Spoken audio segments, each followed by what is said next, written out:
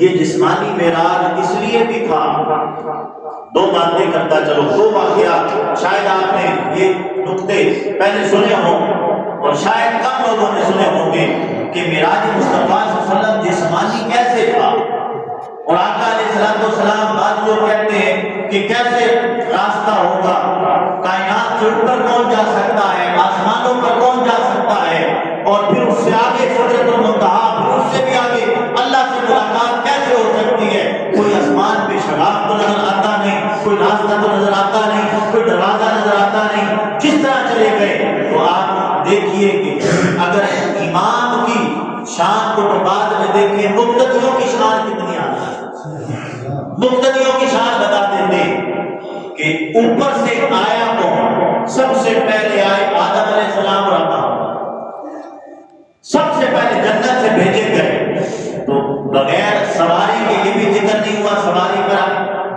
اللہ نے نیچے اتار دیے آدم علیہ السلام کو، پھر کوئی کہہ دے کہ نبی تھے، اما حوا تو اللہ کی ولیہ، وہ کیسے آگے نیچے؟ تو یہ ایک آنا تھا، اور پھر جانا بھی بتا دیتے ہیں، جانا کس کا ہوا؟ عیسیٰ علیہ السلام، اللہ نے ان کو اپنے پاس بلا لیا، آسمان پر اٹھا لیا، قرب قیامت واپس آئیں گے، تو عیسیٰ علیہ السلام آسمانوں پہ کیسے چلے گئے؟ جس طرح یہ شان ہے خدمت گاروں کی، سردار کا عالم کیا ہوگا؟ سر خدمت گار تو مقتدی ہے، وہ آ بھی رہے ہیں، ایک مقتدی جا بھی رہا ہے، جب ان کے لیے کوئی چیز حائل نہیں ہے، اللہ کی مرضی سے، اللہ کی اذن سے، اللہ کی قدرت سے آ بھی رہے ہیں، جا بھی رہے ہیں، تو پھر آقا علیہ السلام معراج کی رات جا کیوں نہیں سکتے؟ آپ تو گئے بھی ہیں اور آئے بھی ہیں۔ پھر آپ دیکھیے کہ اور نقطہ بھی اس میں موجود ہے کہ عیسیٰ علیہ السلام گئے، پھر کہتے ہیں بعض لوگ کہ اتنی سے مختصر سے ٹائم میں کیسے واپس آ گئے؟ یہ سارا سفر اتنی سی دیر میں کیسے ہو گیا کہ گئے بھی پھر آئے بھی، رات بھی نہیں گزری، لمحے بھی نہیں گزرے، وقت بھی نہیں گزرا، زمانہ بھی نہیں گزرا، آقا علیہ السلام نے مسجد حرام سے مسجد اقصیٰ، مسجد اقصیٰ سے سدرۃ المنتہا، سدرۃ المنتہا سے رب سے ملاقات، اور پھر رب سے ملاقات کے بعد واپس بھی آ گئے، جنت دوزخ کی سیر بھی کر لی، آقا علیہ السلام نے سارے حالات اور معاملات بھی دیکھ لیے، تشریف لائے تو زمانہ نہیں گزرا، تو کیسے ممکن ہے؟ آپ دیکھیے اس کی دلیل یہ ہے، ہمارے پاس عیسیٰ علیہ السلام کی دلیل ہے، عیسیٰ علیہ السلام اس دنیا سے اٹھائے گئے، بعض کہتے ہیں 27 سال عمر تھی، بعض کہتے ہیں 30 سال عمر تھی، بعض کہتے ہیں 40 سال عمر تھی، ارے عمر کوئی بھی ہو، لیکن آقا علیہ السلام عیسیٰ علیہ السلام کو اللہ رب العزت نے آسمان پر اٹھا لیا،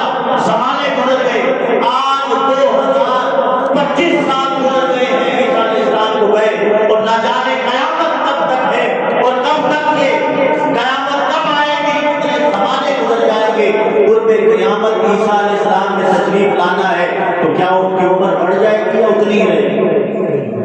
جس عمر سے اٹھائے گئے اسی عمر سے واپس آئیں گے.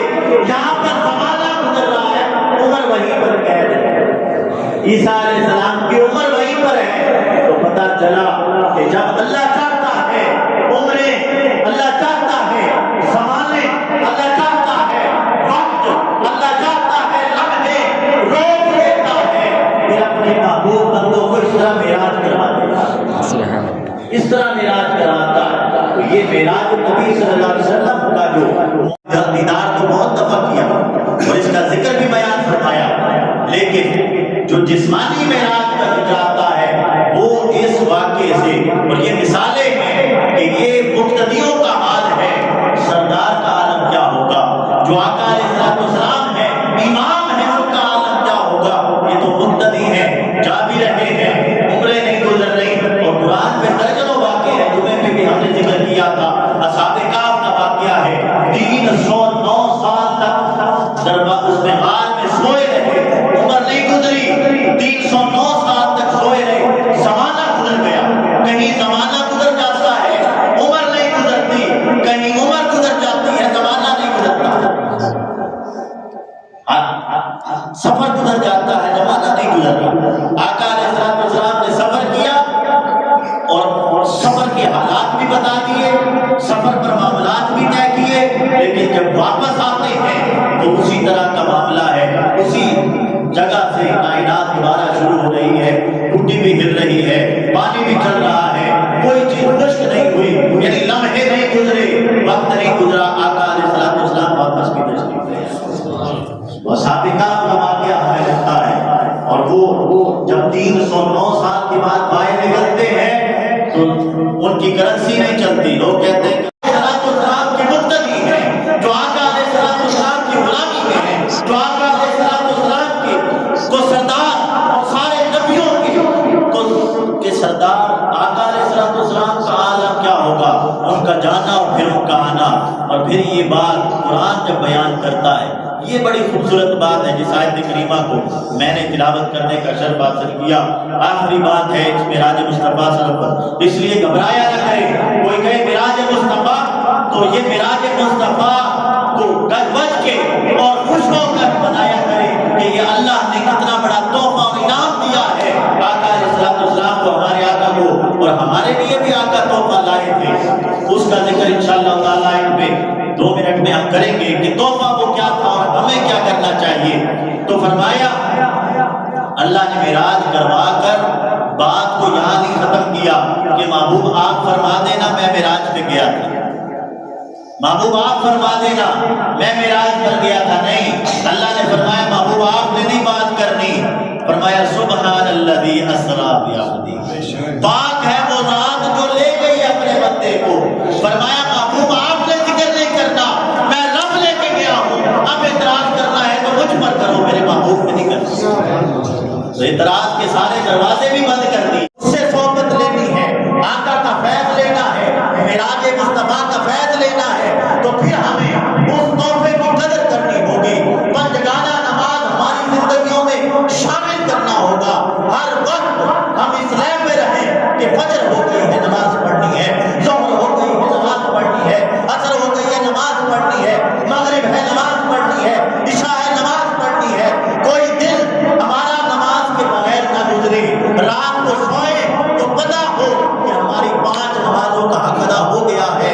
ارے ہیں تو 5، لیکن اللہ نے فرما دیا دوں گا 50 نمازوں کا. یہ بھی رحمت ہے، وہ ہم 5 بھی نہ ادا کر سکیں. آقا نے فرمایا تھا مجھے اب حیات نہیں ہے دوبارہ جاتے ہوئے، تو ہمیں بھی حیات ہی چاہیے کہ اگر حضور نے فرمایا نماز میری آنکھوں کی ٹھنڈک ہے، ہم اپنے محبوب کا دعویٰ کر رہے ہیں، ہمیں پیار ہے اپنے محبوب سے، جان بھی قربان ہے آقا علیہ السلام کے نام پر، اور مسجدیں ہماری خالی ہوں، نمازی نہ ہوں. کسی بھی کونے میں چلے جائیں، جس ٹائم نماز کا وقت ہو جائے آپ کی پہلی ترجیح نماز ہونی چاہیے. آقا علیہ السلام نے یہی اسوہ سکھا کر سکھایا. اللہ رب العزت کی بارگاہ میں دعا ہے اللہ رب العزت ہمیں عمل کرنے کی توفیق عطا فرمائے اور معراج مصطفیٰ صلی اللہ علیہ وسلم کی صحبتیں اور یہ نعمتیں اور یہ برکتیں اور یہ فیض ہمیں حاصل